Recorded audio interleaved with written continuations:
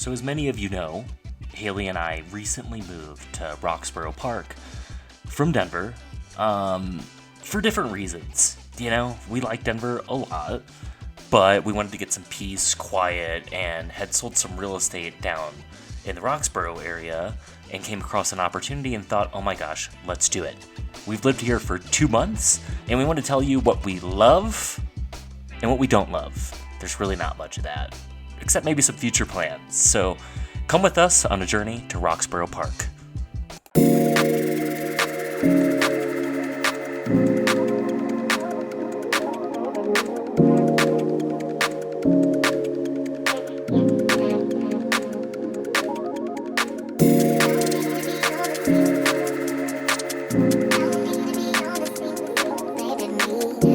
So, let's start at the beginning of the journey.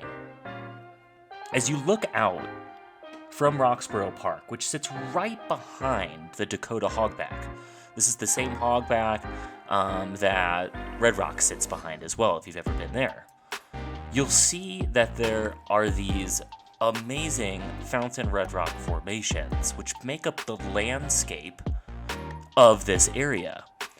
My understanding is these rock formations were formed somewhere around 68 million years ago and were originally the bed of a seafloor.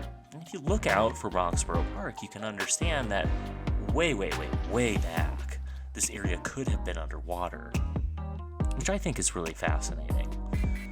So these red rock formations were the seafloor, and then the shifting of the tectonic plates lifted these things up whenever the new Rocky Mountains were formed. Now, my understanding as well is a lot of what formed these were what was called the ancestral Rockies, which were here before the current Rockies, which eroded, and then all of the minerals, rocks, etc. came down and formed these beautiful things that we're seeing in Douglas County, like the Rock and Castle Rock is another great example. Geologists, comment below if I'm wrong on this. This is from my limited amount of research. In addition to that, what happened was when the Rockies were formed, what was the seafloor was lifted up and tilted at about a 60-degree angle. And that's how we get all of these beautiful red rocks, which you're seeing here, and these fountain rock formations, which you're seeing here.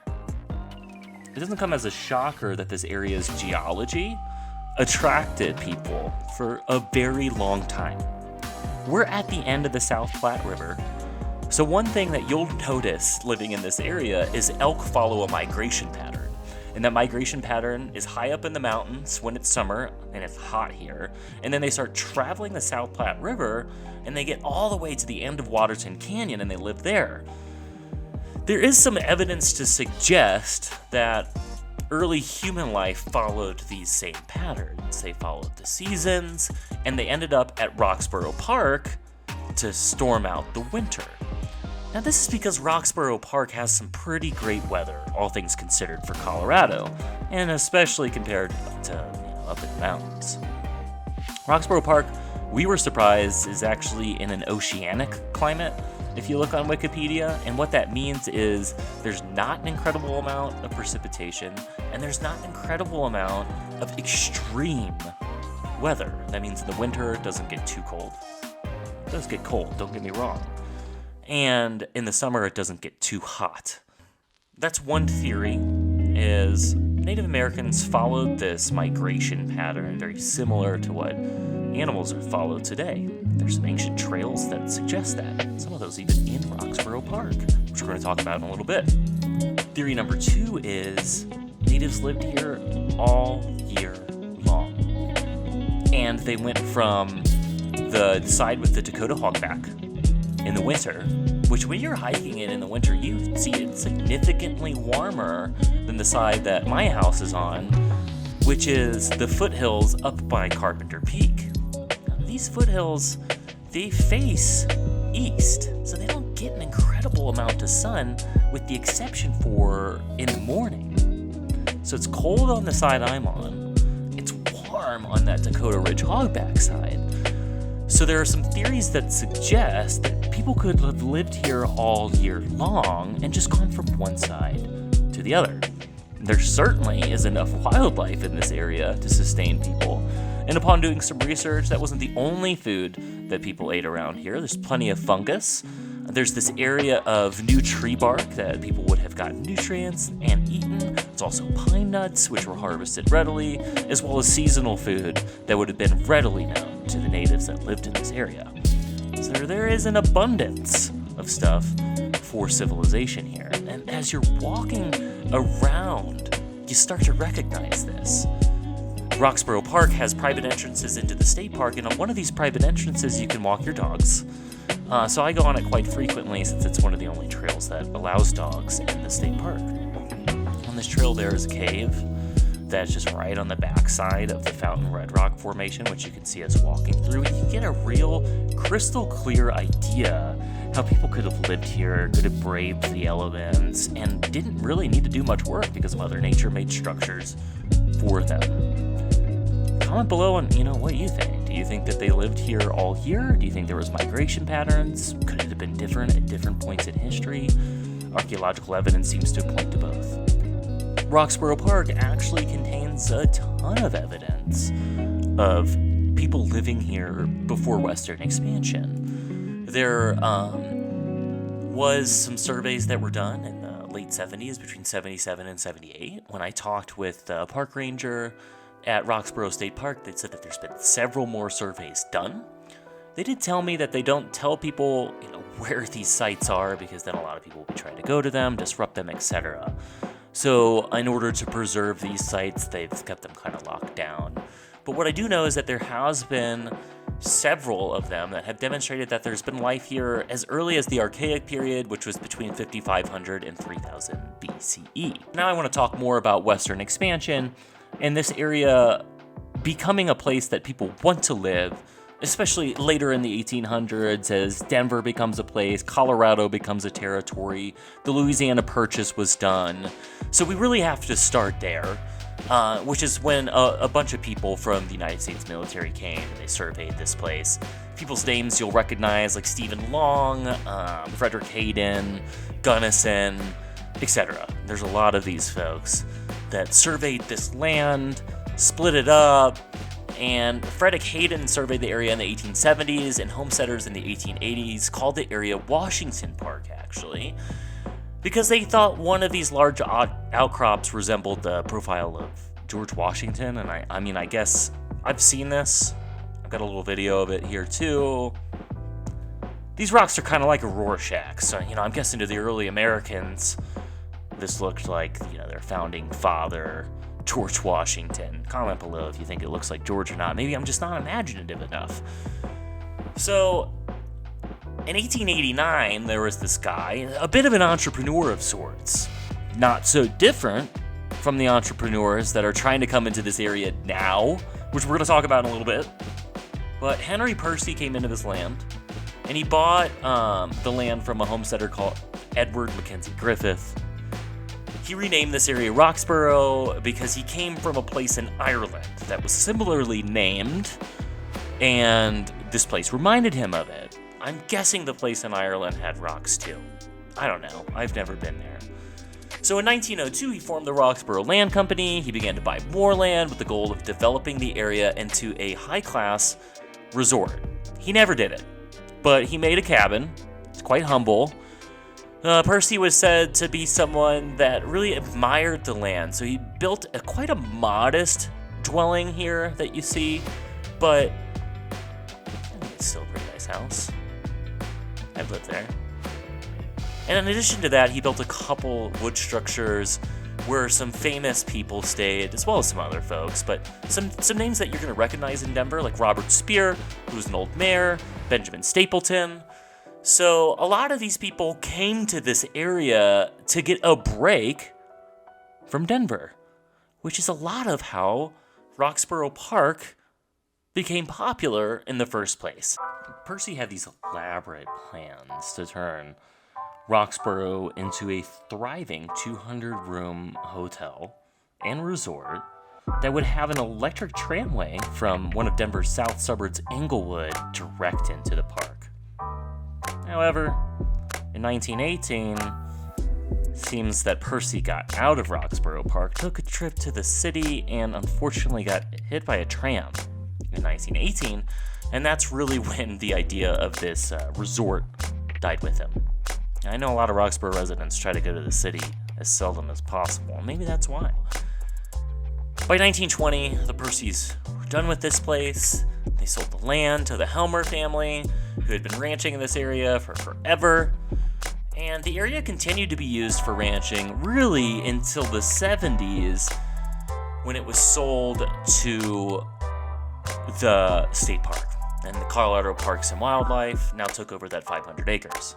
Now in the state park, there's a little bit of private property. There's a giant house in there. I saw in the tax records that transaction happened in the early 2000s. What a cool house. If you live there, comment below, because I need to meet you. So while Percy's home is technically in the state park, our neighborhood borders his home on two sides. So I consider Percy kind of the founder of Roxborough Park before it was Roxborough Park. In the 80s, Roxborough Park, the neighborhood, began to be a planned development by Roxborough State Park that would include a few homes. Today, it's grown to just shy of 10,000 residents, and you can see homes range from 600s for multifamily into the millions for single family, and we're going to talk a lot more about that coming up. Roxborough Park was formed in the 80s as a planned urban development that sprawled right next to Roxborough State Park and integrated itself with the community of Red Rocks there. Roxborough Park to this day is integrated with nature, is within nature, but hasn't overtaken nature. And its homeowners association has done a lot to preserve that, which was something Hayley and I were so glad to see when we got here, and something that drew us to Roxborough anyways. You'll notice there's almost as many deer and turkey as there are residents here. The foxes are running around, the elk come down into Chatfield State Park, so we get a lot of wildlife here because the community is really ingrained in being symbiotic, not to throw a brand out there that I may be associated with, because that is what Roxborough stands for. Percy brought that tradition forward when he built here, a modest home that didn't take away from the natural landscape. And I noticed that a lot of the homes in Roxborough aim to do the same thing, aim to be really one with the natural landscape. Also in Roxborough, there's tons of private trails. Some of those are your own entrance to Roxborough State Park, and some of those are actually built by a club that the HOA has that's a trail club. Now, our HOA is super involved. There's all sorts of clubs you can get involved with. You can meet people here really easy. And in fact, it's going to be impossible to not meet people in Roxborough because it's just the type of neighborhood where your neighbor says hi, which is something else that Hayley and I loved about this neighborhood. As a result of the construction that's happening around Roxborough, i.e. in Sterling Ranch, there is more and more amenities that are getting added to the area. Already, there is a Safeway that's about 4 minutes away. That Safeway has a Subway, local Mexican restaurant, which is really, really good, local Chinese restaurant, Waterton Tavern, as well as the Roxborough branch of the Douglas County Library. So there's actually quite a bit around here. They're adding more and more. I know a Starbucks drive-thru is being constructed right now. I know that permitting has been approved for a McDonald's on the corner, so more and more is being added to this area. But if that small section, that commercial section with the Safeway and everything that I'm talking about isn't enough for you, now you're gonna drive a little bit. So either you're gonna go up Wadsworth to Littleton to get to everything, or you're gonna take Santa Fe or 470 over to Highlands Ranch, or you're going to go down Santa Fe and go to Castle Rock. All of those drives are between 20 to 30 minutes. So, for your bigger shopping outings, there is going to be a little bit more of a commute here, which is one of the drawbacks to people living here. Let's talk Roxborough Park within the borders, the future development that Hayley and I noticed real fast.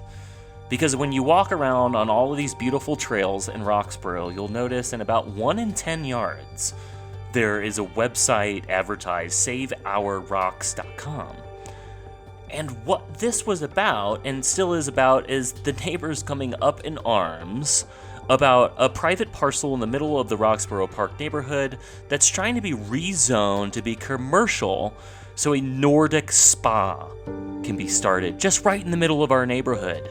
This Nordic spa will have a 399-person parking lot, so naturally the fear in our neighborhood is this is going to bring a lot of traffic into an area that we're trying to preserve. So our HOA, as well as Roxborough State Park, which was preserved, are really formed to keep people out and to limit access, are heavily against this development. Comment below if you're for it or against it. I'm sure you can kind of tell which way I lean living here. In the middle of Roxborough Park, you'll find Arrowhead Golf Course, which is a nationally renowned golf course. And it's absolutely stunning in that it's built around red rock formations. So if you're a golfer, what a place to live. If you're not, the golf course, they don't let you walk in there with your dog. Which I wish they did, but I get it. Liability, even on winter days. We got kicked out of there, if you can't tell. It's sad. So Roxborough Park is an HOA community. As you drive in, you'll be greeted by some very, very friendly guards. But they're more like glorified greeters, you know, and they make you feel really good when you come into the community. If you were to go straight ahead, you'll notice there's the HOA building. That's where they hold all these clubs and committees and stuff. There's classes in there. People can rent it out. So a nice resource for our community. All right, let's talk a little bit about the real estate in Roxborough Park and the prices in Roxborough Park. So obviously a highly sought after neighborhood with limited inventory and limited building sites leads to more expensive homes in this neighborhood, as well as, you know, the first 3 rules in real estate is location, location, and the third one is location. So Roxborough offers quite the location that's unique amongst any Denver suburb, really. The closest thing to it is maybe Ken Carl or Red Rocks Country Club. Hayley and I are, of course, partial to this, but those are both beautiful areas as well. So let's talk average price, and I really want to separate single-family homes from multifamily homes. And the reason is, obviously, the price differential. I don't want Roxborough Park to seem like something that's so inaccessible for those of you that are looking at Sterling Ranch and you maybe want a little bit more amenities, you want to be closer to trails, etc. So, you know, in Sterling Ranch, you are going to get a single-family home for $600,000 to $700,000. Here, you're going to get a single-family home. There's been 18 that have sold in the past 6 months, and the average price was just a little bit over $1 million, $1,040,066. The median price then is just a little bit under $1 million at $992,250. So to get into this neighborhood, you are probably going to need either a serious down payment or to do that jumbo financing if you're going to get a single family home. On top of that too, you're going to want to consider there is an HOA. So if you're like us and you want to live in Roxborough, but you're not quite that person that could buy the $1 million house, well, don't worry. Because what we did was we put together a creative deal. We acquired a duplex for $625,000. It was under contract twice for $680,000. We did a seller carry on it to avoid the high interest rate. So, like, don't worry. If you want to live in Roxborough and you need a miracle, you should let us know. In conclusion, we moved to Roxborough Park quite simply because there was a good real estate opportunity and we liked the area. But as we're here longer and longer and meet more of the neighbors and become more ingrained in the community, Roxborough Park is starting to feel like home, to be honest with you. So, if you want to figure out anything about Roxborough Park or have any questions, or if you have anything that you think Hayley and I should know living here that I didn't mention, please comment below. And if you like what we're doing, follow us, because we're releasing all sorts of videos on Colorado neighborhoods and fun things to do in Colorado. And then you're going to hear me geek out about history a lot too. So follow us if you enjoy any of that.